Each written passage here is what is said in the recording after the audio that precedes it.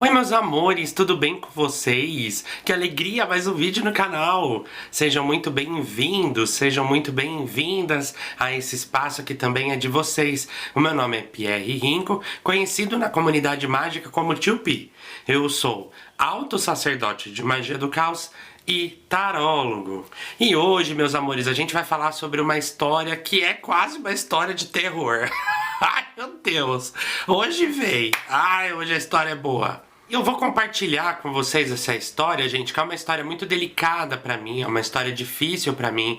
Eu falo muito pouco sobre ela, mas eu resolvi abrir essa história aqui no canal, porque esse é um espaço em que a gente discute espiritualidade, esse é o espaço em que a gente discute casos, em que a gente analisa temas da espiritualidade de uma maneira geral. Foi um caso de possessão real que aconteceu comigo na época em que eu estava na faculdade, amores. E foi um caso tão grave de possessão que quase me levou à morte. Então é uma história que eu vou contar pra vocês delicada e eu vou tentar contar aí de um jeito mais tranquilo pra que vocês não se assustem. De toda forma, se você é o tipo de pessoa que fica impressionado ou impressionada com relatos que envolvem possessão, entidades, enfim, eu recomendo que você não veja esse vídeo à noite, porque pode ser que você fique aí um pouquinho impressionado, um pouquinho impressionada, tá? Mas claro que antes de eu começar a contar o relato pra vocês, né, gente, eu não podia deixar de pedir que vocês se inscrevam no canal. Se inscrevam no canal, curtam esse vídeo, comentem com o que vocês estão achando desse vídeo, do que vocês vão achar aí do relato que eu vou contar pra vocês. E se puder também, compartilhe esse vídeo com seus amigos e amigas, ative o sininho pra receber sempre as notificações do canal, tá bom? Então, vem com o Tio Pi!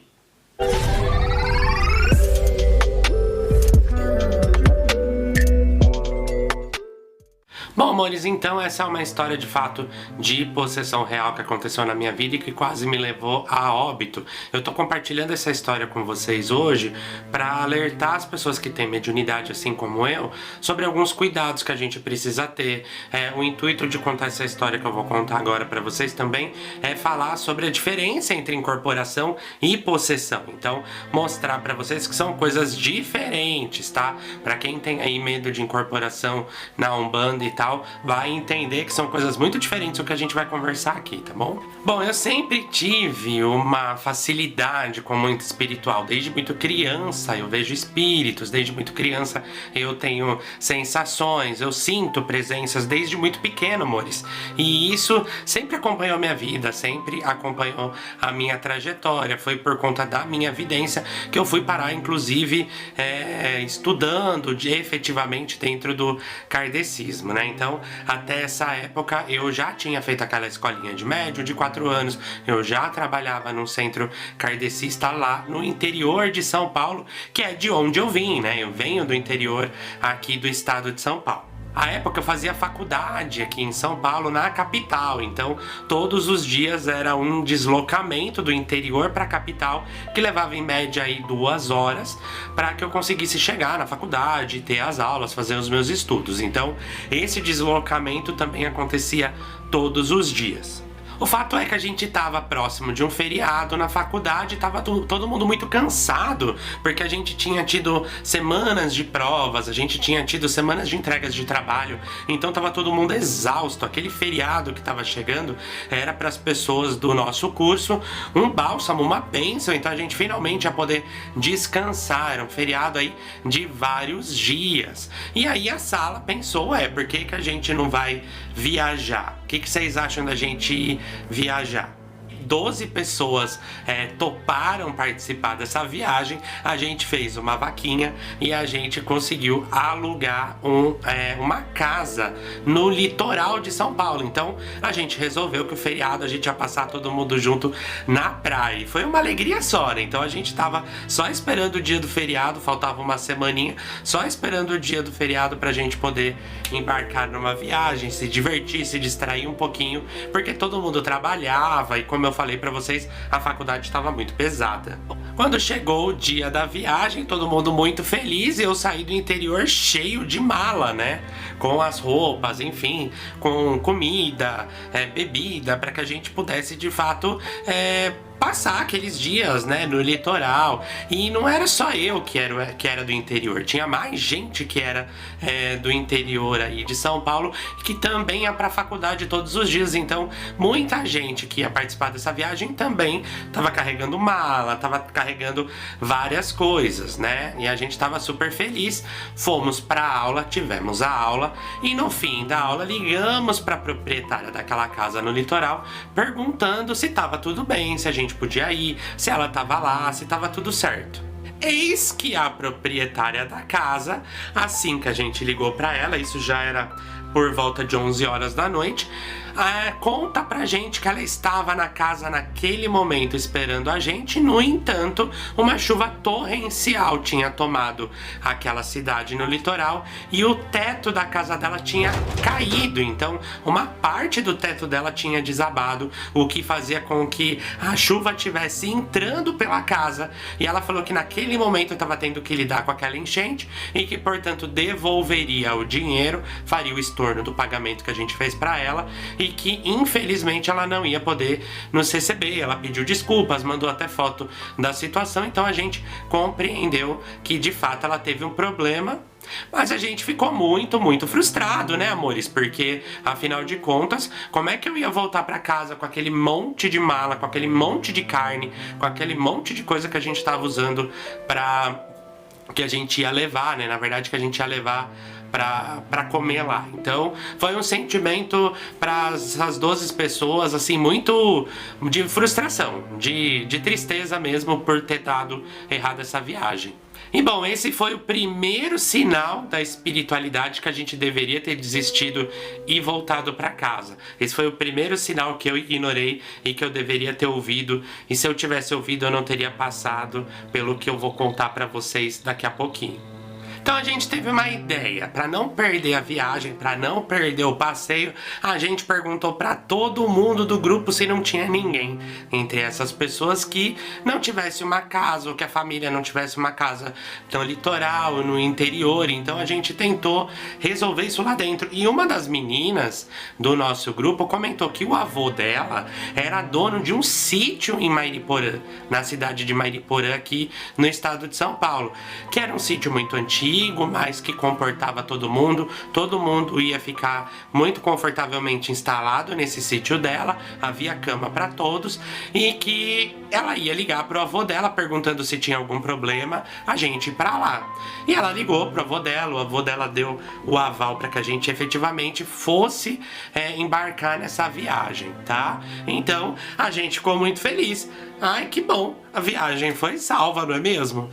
Todo mundo comemorando, a gente foi pros carros, né? Pra quem tinha carro, né? A gente dividiu os carros, todo mundo foi lá, colocou as malas no porta-malas. E aí, finalmente, quando a gente entrou no carro e saiu da faculdade, né? Era na zona leste de São Paulo, e tava indo na estrada em direção para Mariporã, começou uma chuva torrencial. Gente, sem brincadeira, eu tô acostumado com chuva, a gente que vive, né, a gente tá acostumado com intensidade de chuva. E era uma chuva muito forte, mas muito forte, daquelas que você não consegue enxergar o que tá acontecendo à sua frente. Aquela chuva que o para-brisa do carro nem dá conta de deixar aquela imagem do vidro mais clara. Então, e já era mais de 11 horas da noite, então a gente estava pegando estrada por um lugar que era desconhecido para a maioria, que só quem conhecia esse trajeto de fato era a dona do sítio, né? E todo mundo estava sentindo medo de fazer uma viagem daquele tipo numa chuva tão torrencial. Era um sentimento de muita opressão. Quem já pegou estrada com uma quantidade de chuva massiva dessa sabe o quanto é ruim, quanto dá medo mesmo dirigir e estar na estrada com um tempo desse, né? Fora a estranheza, né, de assim que a gente saiu da faculdade começar a chuva. Até então não estava chovendo em São Paulo, então me pareceu aí o segundo sinal que a espiritualidade deu de que eu não deveria ter ido. Era o segundo sinal de que eu tinha que ter ficado de boa. Mas a gente era jovem, né, amores? E vocês sabem como são jovens, a gente foi. Pois é, seguimos viagem.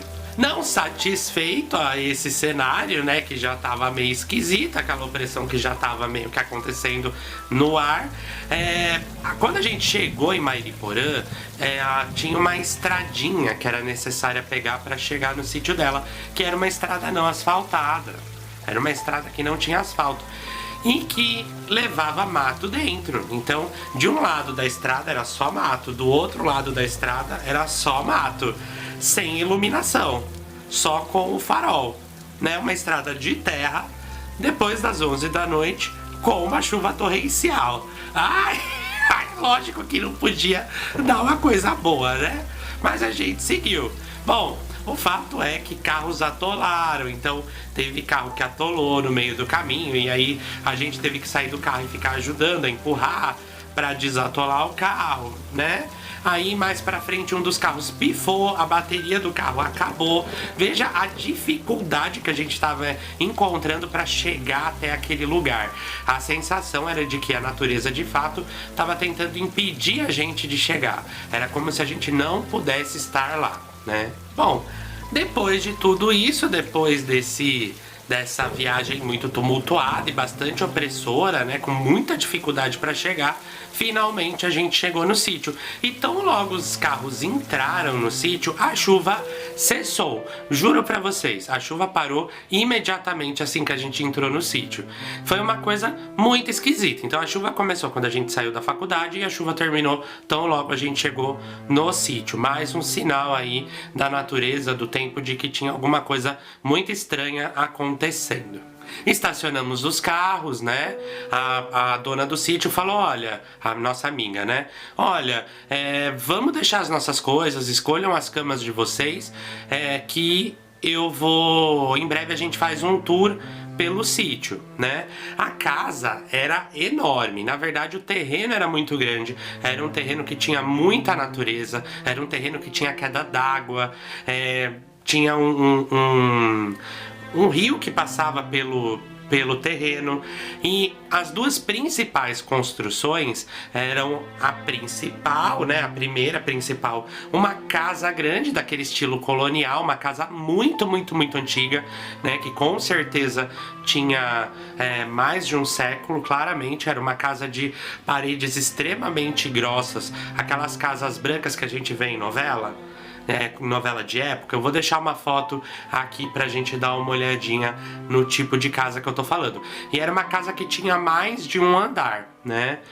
Os quartos e os banheiros ficavam no primeiro andar. Então subimos uma escada muito grande que tinha para o primeiro andar, deixamos as nossas malas, as nossas bolsas e descemos para conhecer então, portanto, o sítio como um todo, que é o que a nossa amiga queria nos mostrar. Do primeiro andar para o térreo, né, voltando para o térreo, eu não pude deixar de reparar que ao lado do salão principal, no térreo, havia uma área circular, né, era uma sala redonda, circular, que tinha uma madeira no meio. E, nossa, eu fiquei me perguntando pra que tinha isso, pra que eles usavam essa sala. Era uma sala que parecia não ter muita serventia, assim. Era muito esquisita essa sala. E ela ficava em declive, então a gente tinha o térreo, vários degraus pra baixo e essa sala meio escondida, redonda, na casa muito estranha. Bom, né? Não cabe a mim julgar a arquitetura da família dos outros, então acompanhei o grupo rumo à casa em anexo, porque havia uma casa anexa da casa principal que foi usada durante a década de 50 como um spa, que foi a época em que o avô dela comprou esse terreno, né? Então ela queria que a gente conhecesse esse spa antigo, que segundo ela seria muito legal conhecer esse spa. No caminho pra lá, a gente passava por uma queda d'água natural, uma mini cachoeira, assim, mas muito, muito bonita, não tão grande, claro, mas era uma queda d'água, assim, muito bonita. Tinha uma pequena ponte, né, que ligava as duas partes de solo de terra, E aí a gente atravessou essa ponte rumo à casa em anexo. E passando pela ponte, eu não conseguia desvincular o meu olhar da queda d'água. Então ela me atraía, eu não conseguia parar de olhar para ela. Era uma vontade imensa de entrar naquele lugar. Era um magnetismo que me arrastava lá para dentro. E isso não é uma coisa muito normal. Eu que trabalhava no kardecismo não tinha tanta experiência assim até aquela época, né? Eu entrei para Umbanda alguns meses depois. Justamente por conta também desse episódio, foi um dos episódios que me colocou na Umbanda. Eu não conhecia muito sobre espíritos de cachoeira. Eu já tinha estudado sobre magia, então eu conhecia sobre elementais, entidades que podem viver na natureza, mas eu não sabia identificar necessariamente que energia era aquela e o que estava acontecendo naquele lugar. O que eu consegui identificar com a minha vidência é que aquele não era um lugar comum, aquele não era um lugar ordinário. Então eu saudei os espíritos que ali ficavam, falei: olha, com licença, eu sei que vocês estão por aqui, né? Então, com licença, me deixem passar. E seguimos rumo a essa casa em anexo. Era outra casa grande também, um pouquinho menor. E quando a gente entrou, eu senti um arrepio imenso. E eu tive uma sensação, a partir do momento em que eu entrei nessa sala, de que eu estava sendo observado. E aí eu comecei a me sentir visto e observado dentro desse spa antigo abandonado.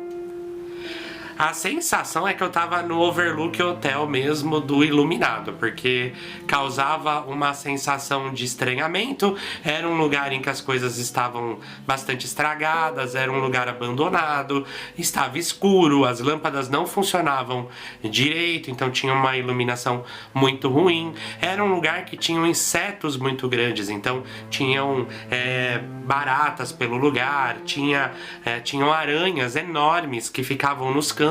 Então era um cenário assim de Silent Hill mesmo, era uma coisa muito esquisita. E eu fui assim fazendo as minhas orações, porque eu já estava começando a sentir muito medo desse lugar. Essa casa, né, grande que servia como um spa, essa casa anexa, ela era composta basicamente de um corredor com salas laterais, e eu realmente, a cada passo que eu dava, eu me sentia mais oprimido, a cada passo que eu dava eu me sentia mais observado, eu tinha a sensação nítida de que tinha gente olhando pra mim, de que pior, de que tinha alguma coisa que tinha começado a me acompanhar durante esse tour. Passamos por esse corredor, então eu me lembro claramente de uma sala à esquerda. A primeira sala à esquerda era uma sala que tinham várias bicicletas ergométricas muito antigas, daquele modelo antigo. E no que eu olhei, eu tive a certeza de ver uma mulher lá dentro, que claramente não estava lá, mas num relance de olho eu tinha certeza de ter visto alguém naquela sala. Como eu falei, né, os maquinários todos meio rasgados, abandonados, um pouco enferrujados, tava escuro, com teia de aranha, então, nossa, que medo, eu tava me sentindo com muito medo. Um pouco mais pra frente, ainda no corredor, na sala que tinha à direita, tinham várias máquinas, umas máquinas antigas, quem for mais velho talvez vai saber do que eu tô falando, que era uma máquina que tinha uma espécie de cinta que a gente colocava na cintura e ela vibrava, né? Mexendo nas suas gordurinhas. Era uma máquina muito antiga que se acreditava eliminar gordura localizada, e tinham várias dessas máquinas lá, e eu também tinha certeza que lá dentro tinha mais gente, tinha mais espírito, tenho certeza. E essa sensação de que eu estava sendo acompanhado só aumentando e me sufocando, e cada vez mais perto de mim e cada vez mais próximo de mim, e eu não querendo contar isso para as outras pessoas para não assustá-las, mesmo elas sabendo que eu tinha uma conexão com o mundo espiritual muito forte. Eu não queria estragar a viagem de ninguém, eu achei que não cabia eu contar para as pessoas que naquele cenário que já era de terror, eu estava sentindo uma presença me acompanhando. Essa sensação atinge um grau ainda mais forte quando no fim desse corredor havia uma sala de projeção, uma espécie de mini cinema.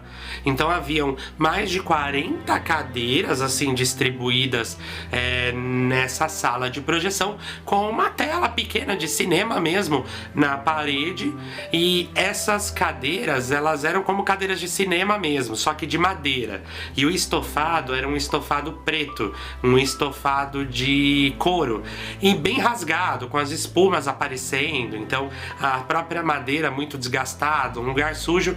E esse acho que foi um dos piores lugares, porque eu tinha a sensação de que aquelas cadeiras estavam ocupadas. Naquele lugar eu não vi ninguém, mas era uma sensação de que estava lotado, era uma sensação de que tinha muita gente ali. E eu fazendo as minhas orações e pedindo para que nada me afetasse, pedindo a Deus, pedindo para a espiritualidade que eu não fosse prejudicado nessa viagem de nenhuma forma, que não fosse algum obsessor, que de alguma maneira tivesse comigo. Então eu fui pedindo ajuda o tempo inteiro. Na volta desse spa abandonado para a casa principal, de novo eu passei por essa ponte da cachoeira e essa sensação foi ainda mais forte. O pior é que quando eu saí dessa casa em anexo, eu senti essa presença comigo durante o tempo todo. Então eu senti que tinha algo efetivamente comigo ali me acompanhando, e essa sensação foi me fazendo sentir mal, triste, com frio, então com vários sintomas que tradicionalmente estão ligados à presença de um obsessor mesmo ali, e foi algo muito forte. Mesmo no meu tempo de kardecismo, durante todos os anos de prática, eu não me lembro de ter vivenciado uma coisa semelhante ou parecida. Bom, o fato é que todo mundo tava com muita fome, a gente tava com fome, a gente não tinha jantado, né? Já era mais de meia-noite a esse ponto. E os meus amigos, os colegas de faculdade, decidiram fazer um churrasco. Então pegaram as carnes que a gente levou e montaram uma churrasqueirinha. Viram aquela parte redonda que eu comentei com vocês, aquela sala circular, e colocaram uma caixa de som ali. Acharam muito legal transformar aquele espaço numa baladinha. E aí eu, tentando esquecer aquela presença maligna que me acompanhava, tentei embarcar, né, na diversão, tentei rir para saber se aquilo já não me ajudaria, e isso era passageiro, né? Então, de alguma maneira, eu fiquei junto com os meus amigos, tentando me distrair, me divertir, tentando esquecer aquela presença que comigo estava. Todo mundo dançando, então, nessa sala circular, comendo, e aí um amigo meu, né, um colega meu, ele tirou de uma sacola uma pinga daquelas mineiras, 300 mil vezes filtrada, né? Aquelas que são até amarelas, com um cheiro fortíssimo. Era mais de 1 litro que havia naquela garrafa, e ele deixou ali, né, no meio das coisas, para que a gente pudesse beber. E eu não bebo, eu não tenho histórico de bebida, eu não tenho histórico com bebida alcoólica. Assim, é muito raro eu beber algum tipo de bebida, quando muito, sei lá, numa virada de ano, um champanhe. Mas é muito raro eu tomar uma bebida alcoólica, e acompanhado daquela entidade eu só tinha um único pensamento, que era o pensamento de beber aquela cachaça. Eu não conseguia pensar em outra coisa, era uma voz que não era minha, que estava me induzindo de fato a ir lá e tomar aquela cachaça. E assim eu fiz, né? Eu que não tenho então nenhum tipo de contato com bebida, comecei a beber aquela cachaça praticamente sozinho. Foi mais de 1 litro de cachaça daquelas mineiras que eu bebi sozinho naquele lugar. E não pense vocês que o que eu vou contar é por conta da bebida, porque o meu comportamento consciente continuava intacto. Quem estava absorvendo essa bebida de fato era essa entidade que estava me acompanhando. O efeito que a bebida teve em mim foi diminuindo o meu consciente, diminuindo a minha capacidade de me defender e de impedir que essa entidade começasse a tomar conta do meu corpo. E eu não consegui controlar, foi muito mais forte que eu nunca tive uma entidade tão forte comigo, e aí foi incontrolável. Eu comecei a beber aquela cachaça e perder cada vez mais controle do meu corpo de fato. Eu sou uma pessoa que eu tenho hérnia de disco, eu sou uma pessoa que tem uma estrutura um pouco frágil, eu não sou uma pessoa muito forte, né? Força, talvez, física, não seja o meu atributo maior. Tão pouco flexível por conta dessas questões de coluna que eu sempre tive. O fato é que ali essa entidade começou a tomar cada vez mais a posse do meu corpo e ela tornava o meu corpo extremamente forte. Então ela foi nesse palco, eu comentei com vocês, que tinha no meio da sala redonda, e começou a fazer polidense ali. Então ela começou a dançar naquele lugar e me erguer naquele lugar, como se fossem esses profissionais que a gente vê na televisão. Só que eu nunca fiz isso e eu nem tenho essa força, nunca tive essa flexibilidade, mas aquela entidade dentro de mim tinha. Ela era muito forte, ela no meu corpo se tornou muito forte. E eu tentando falar para os meus amigos que isso estava acontecendo, e eu era impedido, eu não conseguia falar direito com eles, eu não tinha a capacidade, até acho que acredito eu pela bebida, de contar para eles que tinha algo muito errado, de avisar eles, pedir ajuda, né, para que eles se preparassem, porque tinha alguma coisa que não era legal em mim. Então eu tentei alertar, eu tentei avisar e não consegui. Tempos depois eu descobri que essa sala e essa madeira era usado para castigar as pessoas que estavam numa situação de escravidão e que trabalhavam naquela casa séculos atrás. Ou seja, a heresia, se a gente pode chamar de heresia, era tamanha dessa entidade, né, gozadora, que ela fez essa dança sensual e jocosa num lugar em que muita gente provavelmente morreu, ou foi açoitada, ou que sofreu grandes dores. E aí, gente, não podia dar boa coisa, né? Fazer polidense no pau que os escravos apanhou. Vocês acham que ia dar o quê comigo? O que vocês acham que ia acontecer daqui pra frente? E aí uma das minhas amigas de lá, que se chama Fernanda, era da minha cidade, era que tinha maior nível de consciência, que tinha maior conhecimento sobre mim, e essa minha amiga percebeu que tava esquisito. Ela sabia que eu tenho uma flexibilidade quase nula, ela sabia que aquilo tava muito estranho, que aquilo tava muito fora de ordem. Ela sabia que eu não bebia, então ela tava achando aquilo muito estranho. Então ela me pegou pela mão e ela falou: Pi, vamos tomar um banho, vamos pro quarto, tenta descansar um pouquinho, porque, não sei, acho que tá um pouco desequilibrado, tá esquisito, você tá um pouco esquisito. E eu não conseguia falar pra ela que eu tava esquisito por conta dessa entidade que tava comigo. Eu não conseguia dizer isso pra ela, né? Mas eu consegui acompanhá-la, né? Consegui acompanhá-la, então a gente saiu dessa salinha redonda onde estava tendo a baladinha, foi rumo a esse salão principal, onde ficava a escada que nos levaria, portanto, para o primeiro andar. Era onde ficavam, como eu já falei para vocês, os quartos. Subindo as escadas, e era uma escadaria muito grande, porque a casa também era muito grande, ela tinha pé direito, então era uma escada muito, muito alta.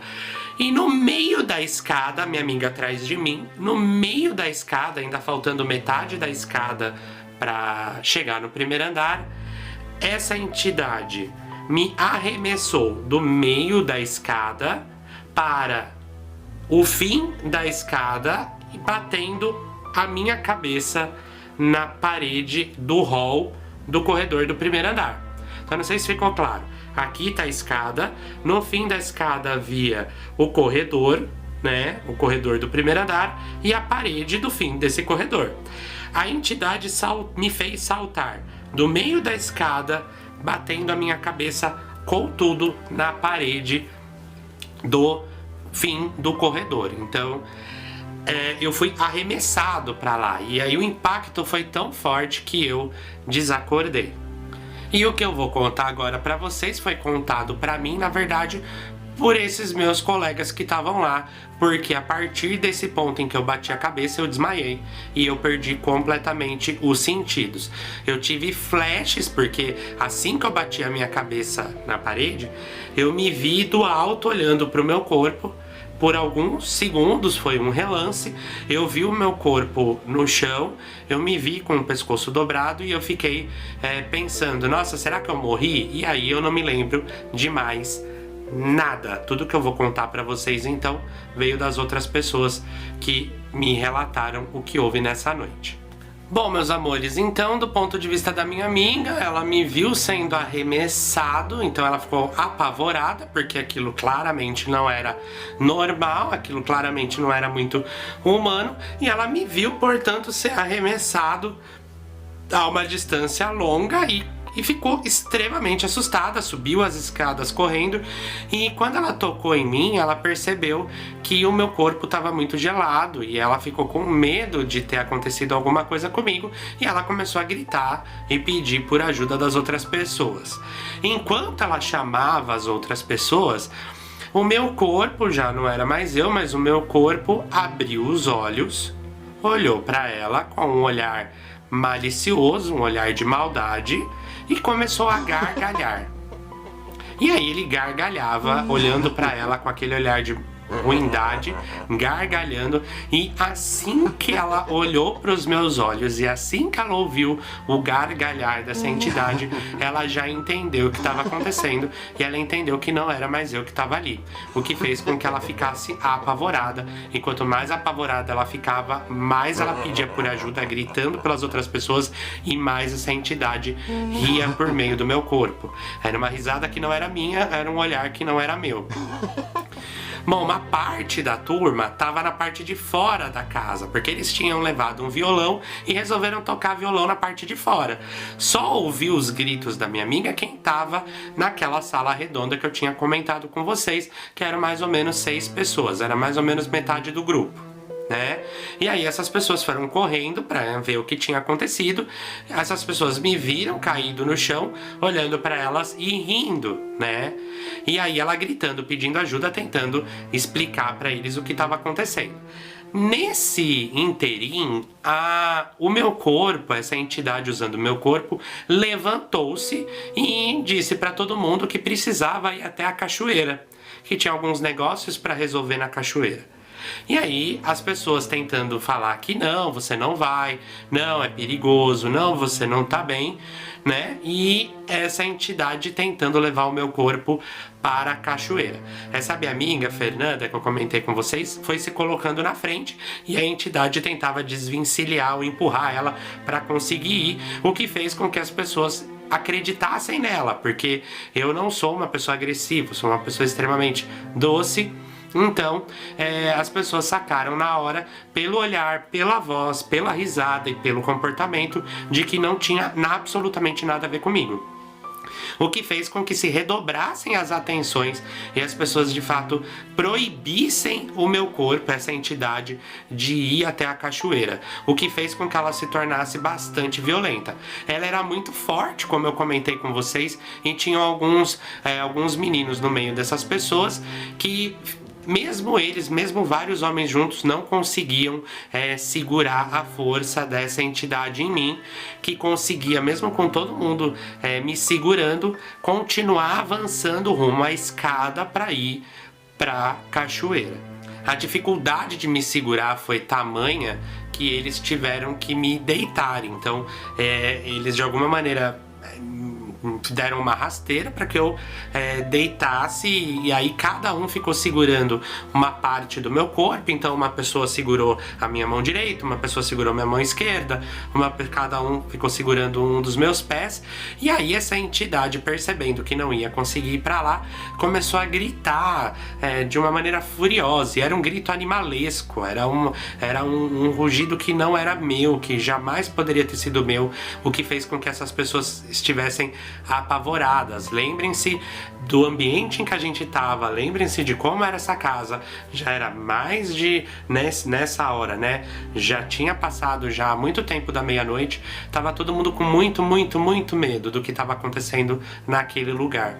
E aí os meus colegas contam que, percebendo que não havia condição de ir pela força bruta, resolveu mudar a voz e tentar fazer uma voz mais parecida comigo, dizendo para eles: por favor, sou eu, me deixa aí, gente, eu só quero ficar sentado olhando pra cachoeira. Por favor, vocês estão me machucando. Por que vocês querem me machucar? Vocês não gostam de mim?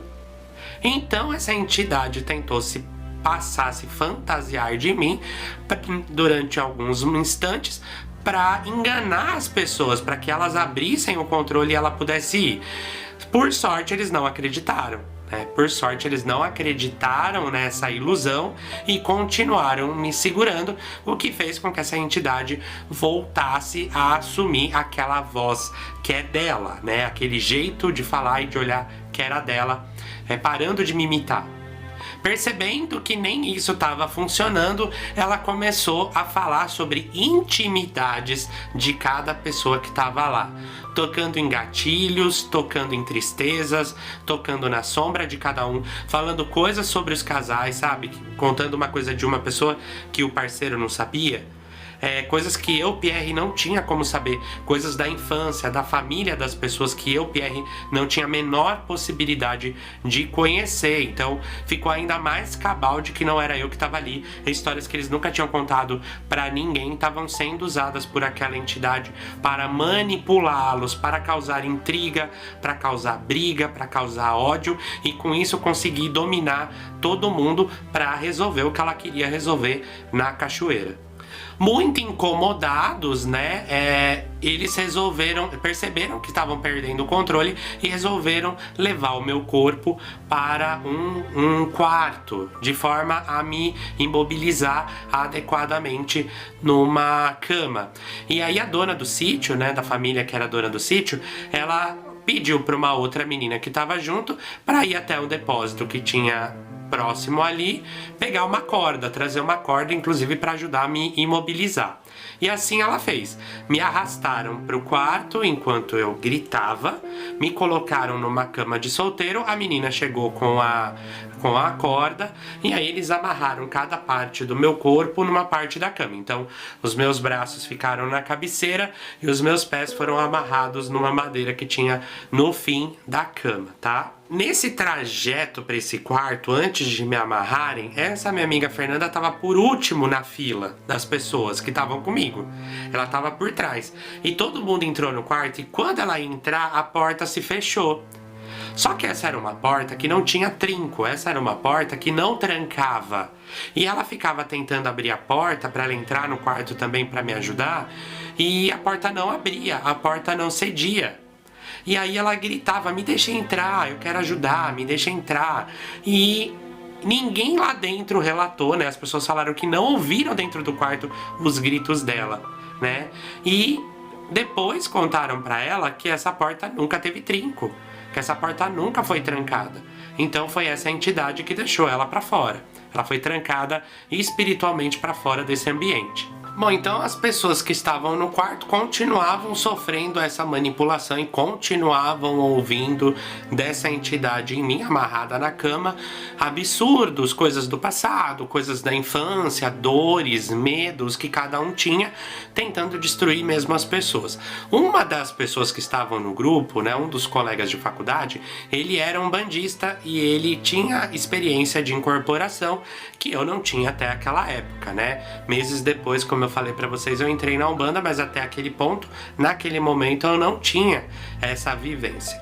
E aí, o caboclo dele, né, um espírito de caboclo, pra quem não conhece na Umbanda, é um espírito ligado à natureza, geralmente lembram índios, né, os caboclos, e esse espírito de caboclo encostou nele e disse pra ele que era pra avisar esse espírito que esse espírito tinha que ir embora. Esse meu amigo, portanto, deu o recado, disse para essa entidade que o lugar dela não era ali, que era para ela parar de fazer mal para todas as pessoas, principalmente para mim, né, e sair do meu corpo e ir para onde ele tem que ir. Essa entidade olhou para ele em resposta e disse: "Você não é ninguém para me tirar daqui. Eu não vou sair daqui.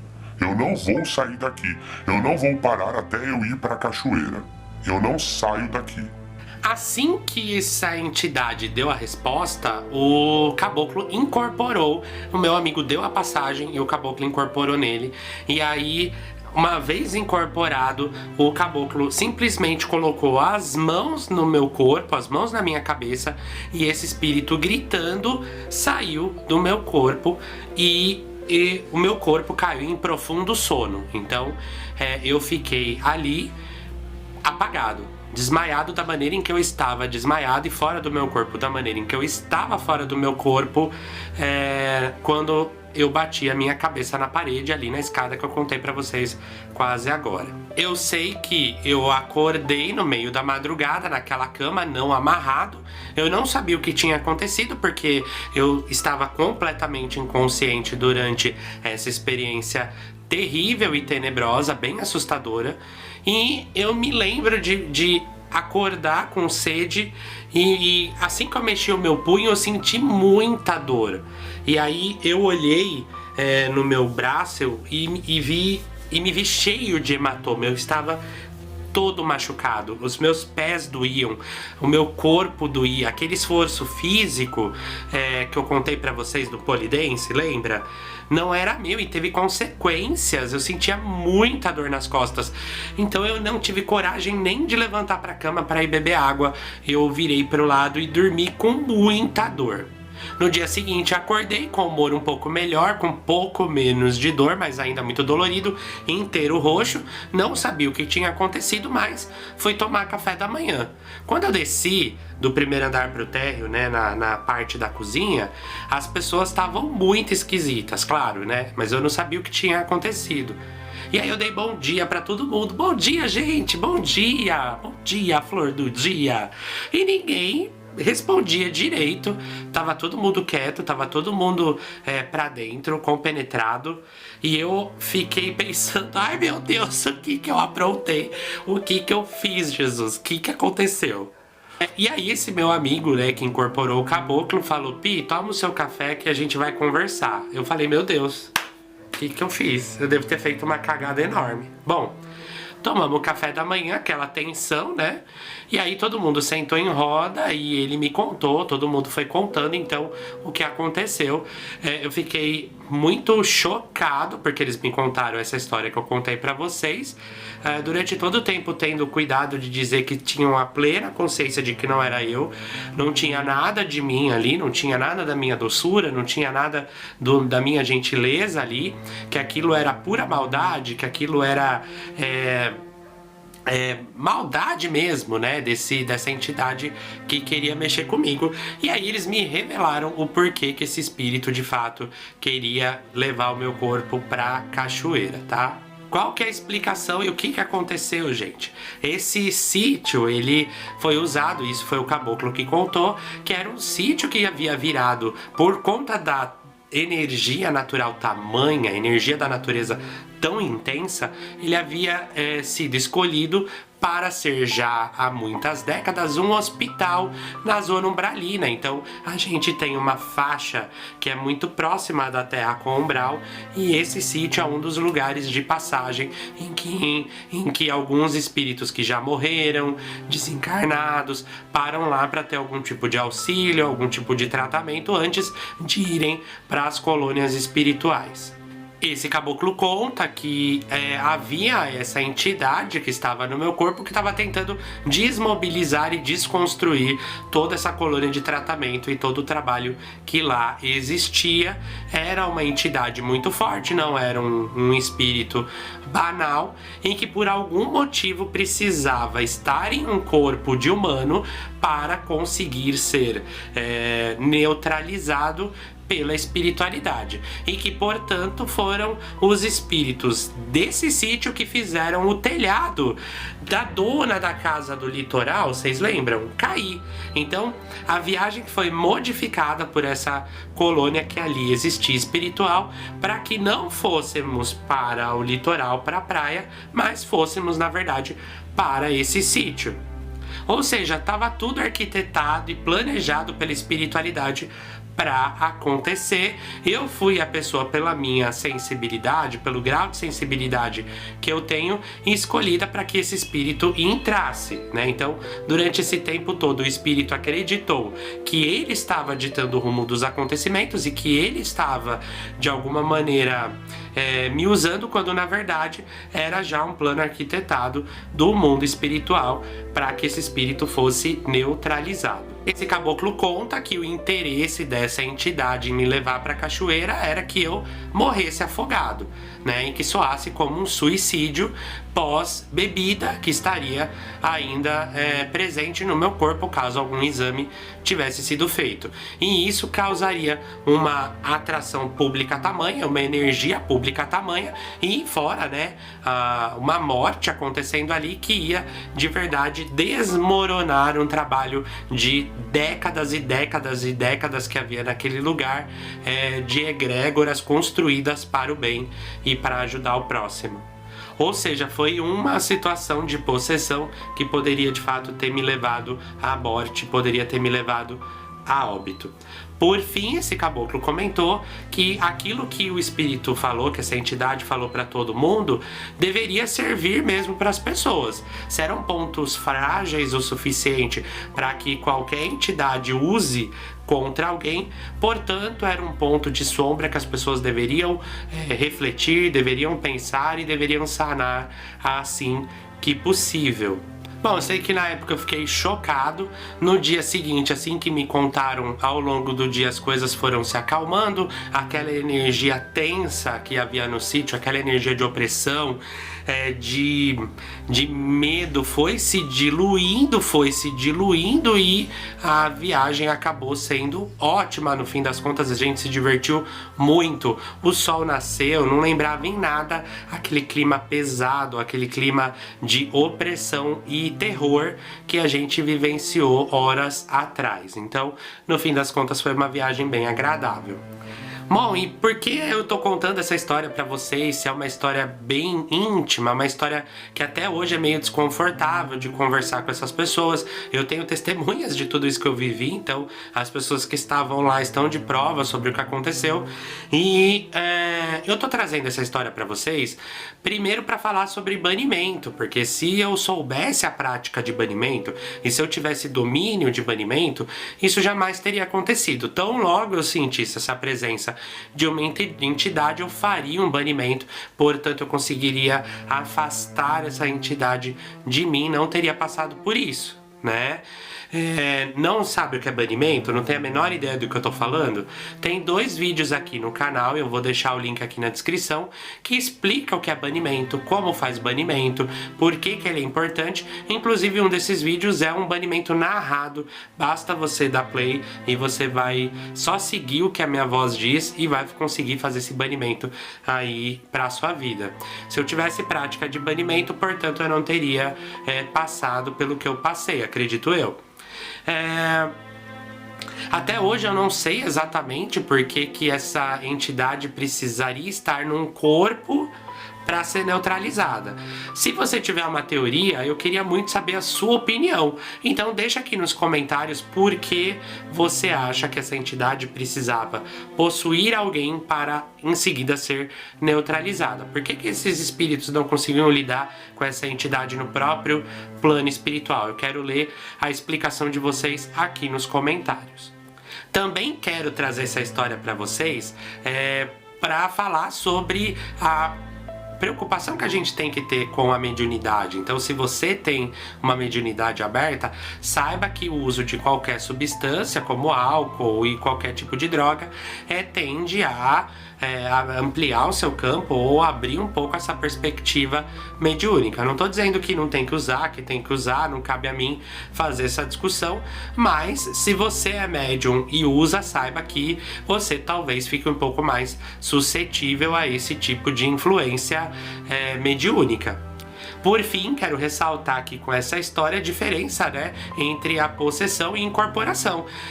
Essa vivência que eu tive, essa que eu tô trazendo e compartilhando com vocês, trouxe as duas, né? Então a gente teve o caso de possessão que aconteceu comigo, que me dominou, que me subjugou, que me anulou e buscou as minhas fragilidades para tomar conta do meu corpo e que poderia ter tido consequências gravíssimas, como eu contei para vocês. Já a incorporação, ela é sutil, a incorporação ela é doce, a incorporação ela é um pacto entre quem está encarnado e quem está desencarnado. A incorporação, ela só acontece se o livre-arbítrio de quem está encarnado permite, diferente da possessão, como vocês puderam observar, tá? Então, isso é uma coisa muito importante e foi o que mais me atrapalhou quando eu comecei na Umbanda. A gente tende a achar, quando começa o trabalho na Umbanda, de que o espírito vai tomar conta do seu corpo e vai sair sambando. Não é bem assim, né? Então são coisas bem diferentes. Foi uma história que me causou muita demora no meu desenvolvimento mediúnico, porque eu tinha muito medo de dar passagem na Umbanda para as minhas entidades lá no início, porque eu tinha medo de abrir de novo o controle do meu corpo e passar pelo que eu passei. É algo que eu demorei um certo tempo para superar. Depois eu consegui superar aí, graças ao Xalá. Hoje eu incorporo aí com muita facilidade. Quero falar para vocês também, já, né, para terminar o nosso vídeo, que pode ser que tenha algum tipo de influência espiritual assim na sua vida também. Talvez não nesse grau que eu passei, mas vale a pena aí, se vocês sentirem que tem alguma coisa errada, que tem algum trabalho, que tem algum obsessor, manda uma mensagem para mim, né? Vai lá no meu perfil pessoal, www.facebook.com/pierre-rinco, né? E agenda uma consulta de tarô, porque por meio do tarô a gente consegue descobrir se tem alguma entidade te acompanhando, se tem alguma entidade que tá atrapalhando o seu casamento.